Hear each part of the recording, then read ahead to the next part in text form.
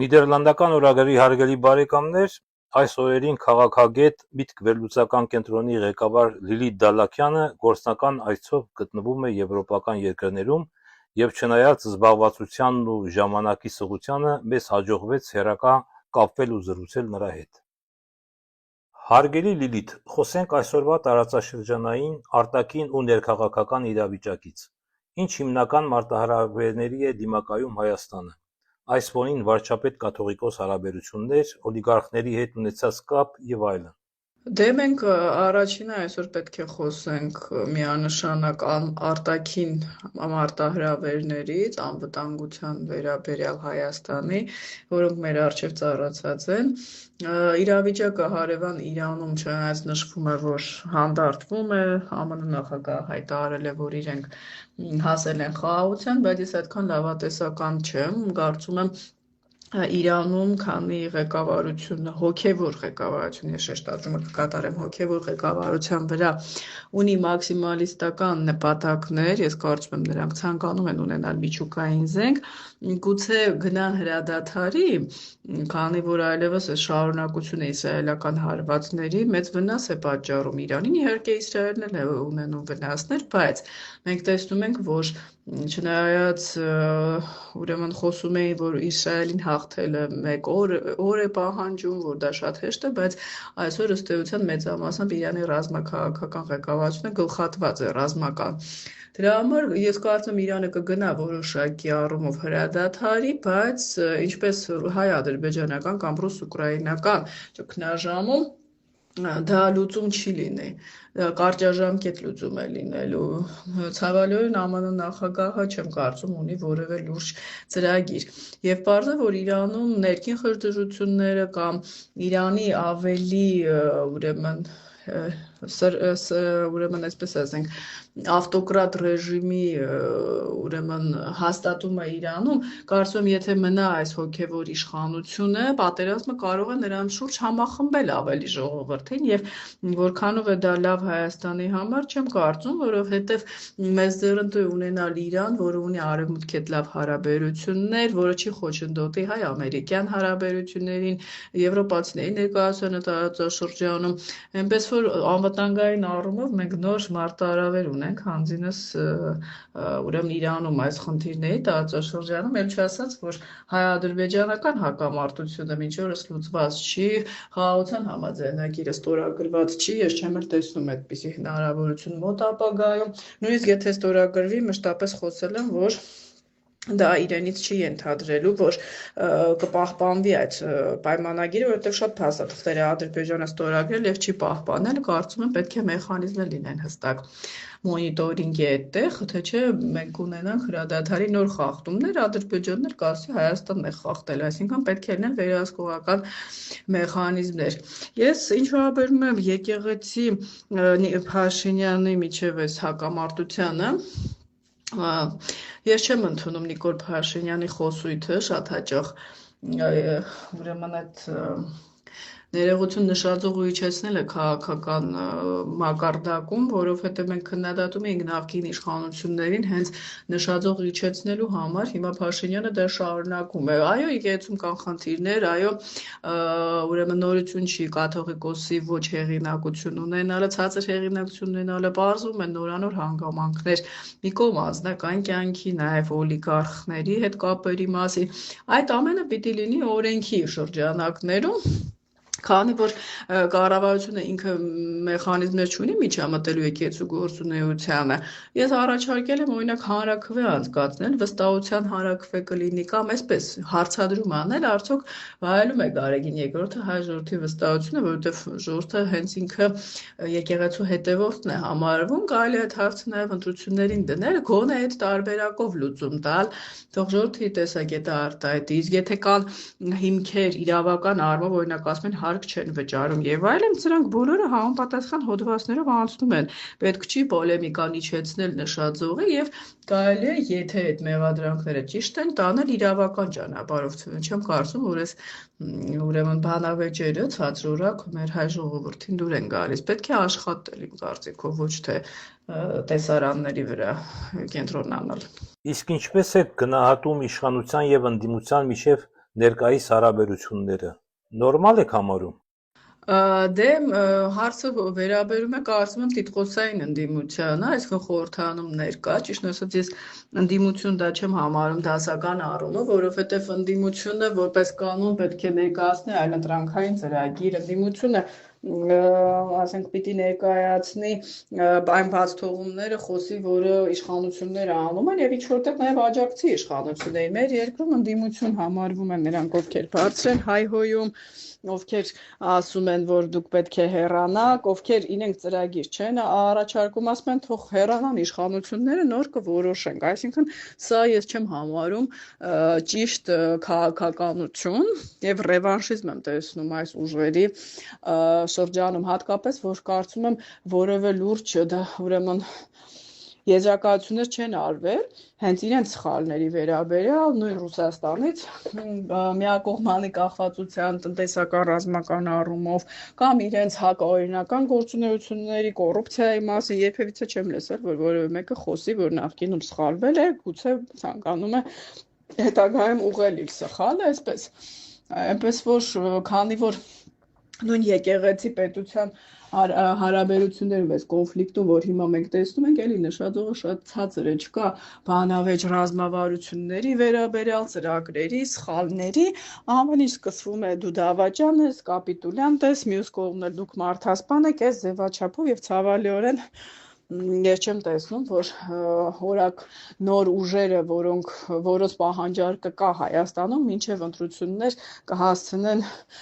ձևավորել իրենց միությունը, չնայած սպասենք, հնարավոր են փոփոխություններ տեղի ունենան, բայց կարծում եմ նաև իշխանություններին էլ է ձեռնտու այս կոնֆիգուրացիան, նախկին ներկա կոնֆիգուրացիան եւ դա իրենք չեն էլ թաքցրել, հակառակ պարագայում վերջապես 7 տարվա ընթացքում իրենց տրված խոստումները մաքրել քաղաքական դաշտը եւ իրավական առումով մեխանիզմներ կիրառել կկատարեին։ Տիկին Դալլաքյան, արդյոք Հայաստանում կան կայուն ինստիտուտներ, որոնք կարող են ապահովել երկարաժամկետ ժողովրդավարությունը։ Կան այլընտրանքային ուժեր, որոնք կարողանան իրավիճակ փոխել։ Ինչ սպասել 2025 թվականին տեղի ունեցող ընտրություններից։ Դե մեր շատ ակտիվ է քաղաքասարակությունը, որոշ ներկայացուցիչներ, մենք բարբերաբար հանդիպումներ ենք ունենում, բայց ես չեմ կարծում մինչև 2025 թվականը կձևավորվեն այլընտրանքային ուժեր, որոնք կարող են մրցակից լինել ներկա եւ նախկին իշխանություններ եւ պատճառը այն չի, որ ժողովուրդը դրա կարիքը չունի կամ չկան խելացի մասնագետներ, քանի որ ամբողջ դիսկուրսը ուղղված է մեդիա դաշտում այս ներքին գզվռտոցների, ներքին պայքարի վրա, մենք գիտենք, որ ժողովուրդը սիրում է տեսարաններ, դա դեռ հին Հռոմից է գալիս եւ մարդիկ շեղվում են, իրենց ուշադրությունը շեղվում է, դա բնական է, այդտեղ չես կարող հասարակությանը մեղադրել, մեղավորը քաղաքական մշակույթ թելադրողներն են, իսկ քանի որ մեդիա դաշտը իրենցն է, երկու կողմերին մեծ դրամական միջոցների են տիրապետում եւ ամբողջ օրը խոսում են նախկին ներկա կոնտեքստի շրջանակներում այն ձայները, որոնք խոսում են ապագայի մասին, որոնք խոսում են այն խնդիրների մասին, որ Հայաստանը կարող է որոնց առերեսվել եւ հիմա դրանք շատ են խորանում այս աշխարհակաղակական իրավիճակում, նաեւ ներքին տնտեսության ոլորտում, սոցիալական ոլորտում դրանք չեն լսվում։ Այսինքն ես չեմ կարծում, որ մինչեւ 25 թվական, եթե որևէ լուրջ արտաքին փոփոխություններ չլինեն, այսինքն հարձակում չլինի, պատերազմ չլինի կամ չգիտեմ Ռուսաստանի թուլացումը վերջնական չլինի Ուկրաինայում, չեմ կարծում, որ Հայաստանում իրավիճակ կփոխվի եւ նույն սցենարը կգործարկվի իմ կարծիքով 25 թվականին, որը որ գործարկվել է օրինակ նույն պատերազմից հետո։ Ինչպես են արտաքին սպառնալիքները, օրինակ Ադրբեջանից, ազդում երկրի ներքին քաղաքականության վրա, ասենք 5-րդ շարասյուն, ում ջրաղացին է ջուր լցվում։ Գիտեք, ես այդպես չեմ օգտագործում, դա իշխանական ավելի տերմիններ են, 5-րդ շարասյուն, դավաճաններ, նույն ընդդիմությունը, որ իշխանությանը ասում է թուրքական գործակալը, դա պոպուլիստական ձևակերպումներ են, կարող ենք ասել, որ Հայաստանում կան խմբեր, որոնք չեն թաքցնում, որ իրենք Ռուսաստանի դեսպանի հետ են շատ հաճախ հանդիպում, գնում են, գալիս են, ստանում են մեդալներ եւ իրենք ունեն պրոռուսական ուղղվածություն։ Ինչ վերաբերում է սպառնալիքներին, դե այո, այդ օրակարգը Ադրբեջանը թելադրում է, դրանք հասկացել են, որ որոշ հայտարարություններ անելով կարողանում են գրգռել հայ հասարակությանը, օրինակ սահմանազատման վերաբերյալ կամ սահմանադրության փոփոխության վերաբերյալ, այստեղ կան ուժեր, որոնք դա ներկայացնում են, որ Ալիևը պահանջում է, Փաշինյանը անում է, իհարկե ես այդպես չեմ կարծում, որովհետև սահմանազատումը արվեց այն տարածքում, որը իհարկե շատերը նշում են, որ պետք չի Տավուշից սկսել, բայց այդ տարածքները, այդ գյուղերը երբեք ներառված չեն եղել նույն Սերժ Սարգսյանի օրոք Հայաստանի վարչատարածքային բաժանման մեջ։ Եվ մենք գիտենք, որ Փաշինյանը դրա մասին խոսեց, քարտեզագետներն էլ խոսեցին, Ռուբեն Գալչյանը, շատ հարգալից մի անձնավորություն, հարգելի, որ դրանք եղել են ադրբեջանական ի սկզբանե, այսինքն այս առումով տարածքների կորուս չի եղել, բայց այդ նարատիվները, այստեղ հիշում ենք, շարժումներ ստեղծվել, առաջ էին տանում, որ դա մեր հողն է, մեր զինվորը որտեղ կանգնած է, այդտեղ պիտի կանգնենք, այսպես, եւ պարզ է, որ Ադրբեջանը ինքն էլ ազդում է օրակարգի վրա եւ թելադրում է այնպիսի հարցադրումներ է անում, այստեղ էլ ընդդիմության որոշ ներկայացուցիչներ դա կրկնում են, որ երկրի ներսում անընդհատ լարվածություն է պահպանվում, մեր հասարակությունը անընդհատ վախի մեջ է, մենք չենք կարողանում կենտրոնանալ մեր խնդիրների լուծման վրա, մեր առջև ծառացած մարտահրավերներ եւ անընդհատ նույն խոսույթը այստեղ շարունակվում է։ Ինչ ազդեցություն է ունենում Հայաստանի անդամակցությունը Եվրասիական տնտեսական միությանը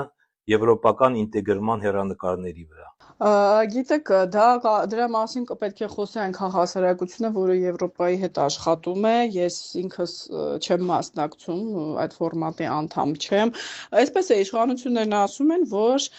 Եվրամիությունը մեզ չի սպասում, կան այստեղ արևմտամետ ուղղվածություն ունեցող գործիչները, որոնք ասում են, մեզ սպասում են, Փաշինյանը չի գնում, ես քանի որ ներքին ինֆորմացիա չունեմ Եվրոպայի վերաբերյալ ինչ են ասում եվրոպացիները,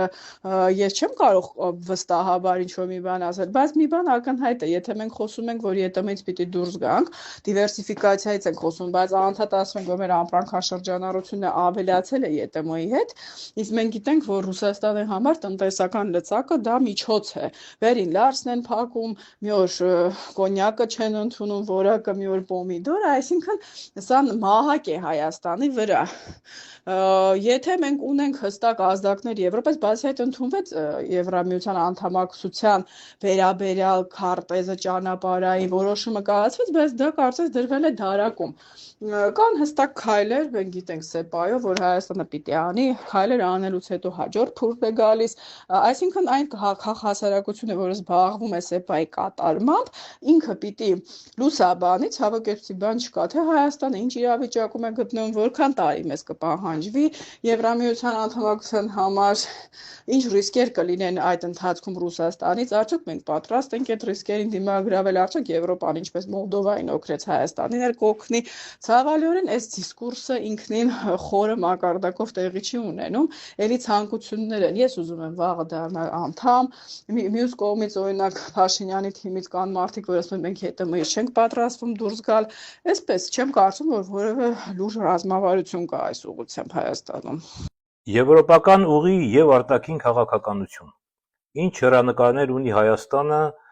Եվրամիության հետ հարաբերությունների զարգացման հարցում։ Ինչպես է գնահատում Հայաստան-Եվրամիություն համապարփակ եւ ընդլայնված գործընկերության համաձայնագրի ՍԵՊԱ-ի կիրարկման ընթացքը։ ՍԵՊԱ-ի մասին արդեն խոսեցի, ես քանի որ ինքս այդ հասարակության անդամ չեմ եւ ցավալիորեն պետք է ասեմ, որ հասարակությունը ինքը տեղեկացված չի ՍԵՊԱ-ի կատարման վերաբերյալ, որ փուլով ենք մենք գտնվում, դա կարծես ինչ որ փակ համակարգ է, որ միայն այդ հասարակության ներկայացուցիչները կարող են դրա մասին խոսել, իմ կարծիքով պետք է ասենք հաշվետվողականություն լինի, մեդիա դաշտի հենց նաեւ գործիչների հանդեպ, ասենք 2-3 ամիսը մեկ կտրվածքով գա ասեն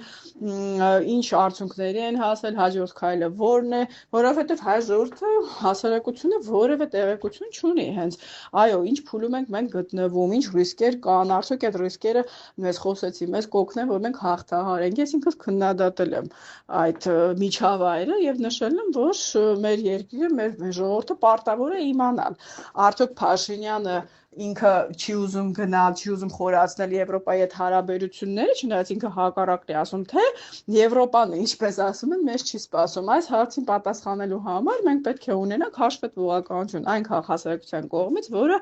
իրականացնում է այդ գործընթացը։ Այսպես ուղղակի շատ ներողություն գուշակությունների մակարդակով ես չեմ կարող ասել մենք որ փուլում են գտնվում եւ որն է լինելու մեր հաջորդ քայլը այս ուղղությամբ։ Ինչպես պետք է Հայաստանը հավասարակշռի Ռուսաստանի, Իրանի, Եվրոպայի եւ Ամերիկայի հետ իր հարաբերությունները։ Գիտեք, մենք միշտ խոսել ենք հավասարակշռված արտաքին քաղաքականությունն վերաբերյալ դրա մասին եւ Լևոն Տեր-Պետրոսյանն է խոսել, եւ Ռոբերտ Քոչարյանը, եւ Սերժ Սարգսյանը, եւ քաղաքականություն, եւ Նիկոլ Փաշինյանը, բայց ցավալիորեն դա չի կատարվել։ Հիմա նախկին իշխանությունների հատկապես Լևոն Տեր-Պետրոսյանը դե հիշում ենք Արցախյան հարցի հետ կապված իր անհամաձայնությունների պատճառով հրաժարական տվեց, բայց հիմա աշխարհում իրավիճակը այնպեսին է, որ որևէ մեկը չգիտի, թե հաջորդ օրը ինչ կլինի։ Միացյալ Նահանգներում Տրամփի ընտրություններից հետո շատ հեղեղուկ իրավիճակ է։ Մի օր նա իզոլացիոն քաղաքականություն է վարում, մյուս օր ասում է, որ չի բացառում իր ներգրավվածությունը, նույն օրինակ Մերձավոր Արևելքի հակամարտությանը, ասում է, որ հայ-ադրբեջանական հարաբերություններում պատրաստ է լինել միջնորդ, որ Հայաստանը ԱՄՆ-ի հետ ստորագրել է ռազմավարական համագործակցության մասին հուշագիր, իրենք սպասում են դրա կատարմանը։ Մյուս կողմից մենք չենք կարող որևէ մեկս հիմա հաստատ ասել, թե ԱՄՆ նախագահը վաղը իր որոշումը կփոխի, թե ոչ։ Այսինքն անկայուն իրավիճակ է ամբողջ աշխարհում։ Հայաստանը փոքր երկիր է, Հայաստանը պիտի փորձի բոլոր կողմերի հետ պահպանել իր շփումները։ Ես դեմ եմ հակաամերիկյան քաղաքականության, հակառուսական քաղաքականության կամ ռուսամետ, արևմտամետ, պետք է լինենք հայամետ, փորձենք վարել ուրեմն շատ ներողություն խորամանկ արտաքին դիվանագիտություն, մեր շահերը համադրենք տարբեր աշխարհակահաղական կենտրոնների շահերի հետ։ Հիմա դրական այն է այս ամբողջ process-ում, որ այն ժամանակ 1-2 կենտրոն կար, հիմա տարբեր կենտրոններ ունեն տարբեր շահեր եւ կարելի է դրա վրա կառուցել քո քաղաքականությունը։ Օրինակ Հնդկաստանը մեզ ինչու է զինում, որտեվ Պակիստանը Ադրբեջանի դաշնակիցն է։ Ֆրանսիան, Եվրոպան չեն ուզում Թուրքիայի չափազանց ուժեղացումը տարածաշրջանում, լոգիստիկ ճանապարհների վրա Ռուսաստանի ազդեցությունը Սյունիքի այսպես կոչված Զանգեզուրի միջանցքի հետ կապված, ուզում են տարածաշրջանից դուրս հանել Ռուսաստանին, ԱՄՆ-ն է ուզում տարածաշրջանում Չինաստանին հակակշռել եւ Հայաստանը միակ երկիրն է, ի տարբերություն Վրաստանի եւ Ադրբեջանի, որ Չինաստանի հետ ունի ստրատեգիական համագործակցության մասին հուշագիր։ Այսինքն պետք է նայենք կարճ ասելով, սա լայն հարց է, պիտի փորձենք մեր շահերը առաջ տանել, համադրելով տարբեր կենտրոնների ուրեմն շահերի հետ, միևնույն ժամանակ չտրվենք էմոցիաներին, նեղանալ, վիրավորել, եթե կան կնճռոտ հարցեր, ես ինքս միշտ բարձրաձայնում եմ, որ Ռուսաստանի քաղաքականությունը սխալ է, որ Ռուսաստանը դաշնակցի պես չի պահում, բայց այդ հարցերը պիտի բարձրաձայնվեն, ոչ թե մենք ուղղակի չգնանք Ռուսաստան նեղանանք, դա ձեռնտու է այսօրվա Ռուսաստանի, նրանք էլ ասում են, դուք արևմտամետ եք, մենք էլ Ադրբեջանին ենք օգնում, այլ հարցադրումներ անել եւ ստանալ պատասխաններ։ Իսկ եթե չես ստանում, արդեն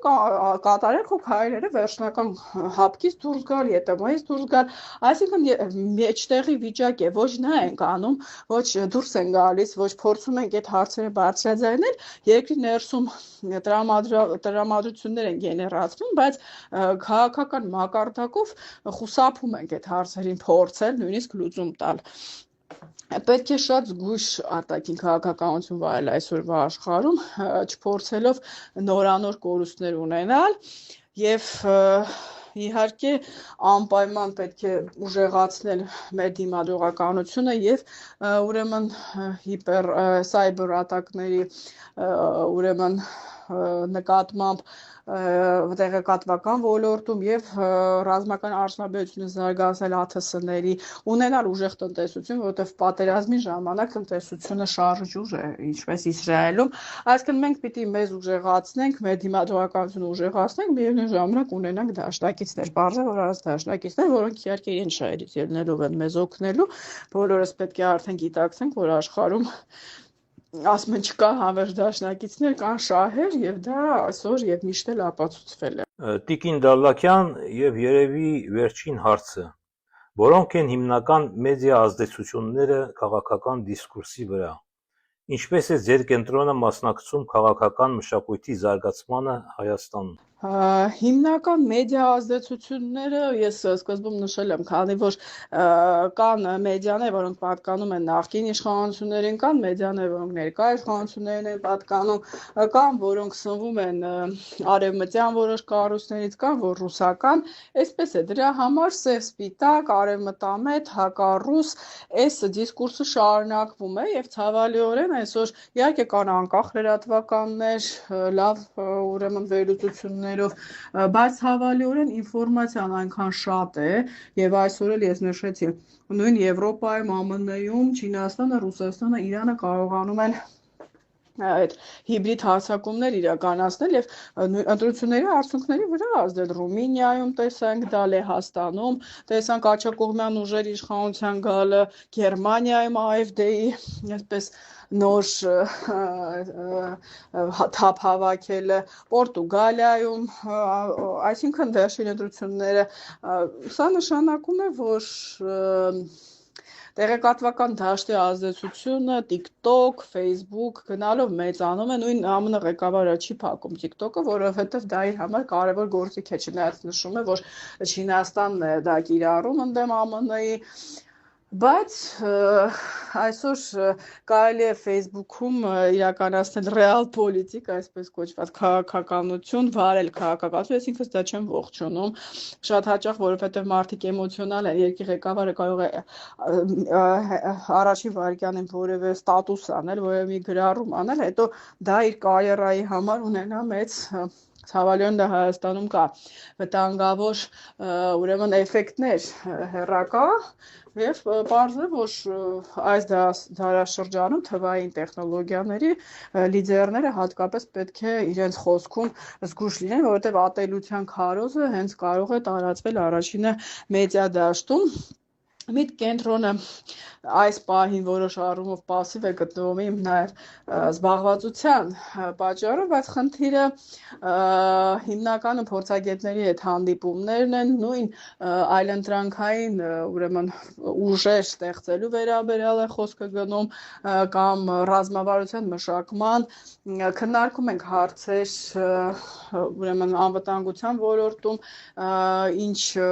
նոր ռազմավարություն կարելի է մշակել, տնտեսական մոդելի վերաբերյալ Հայաստանի,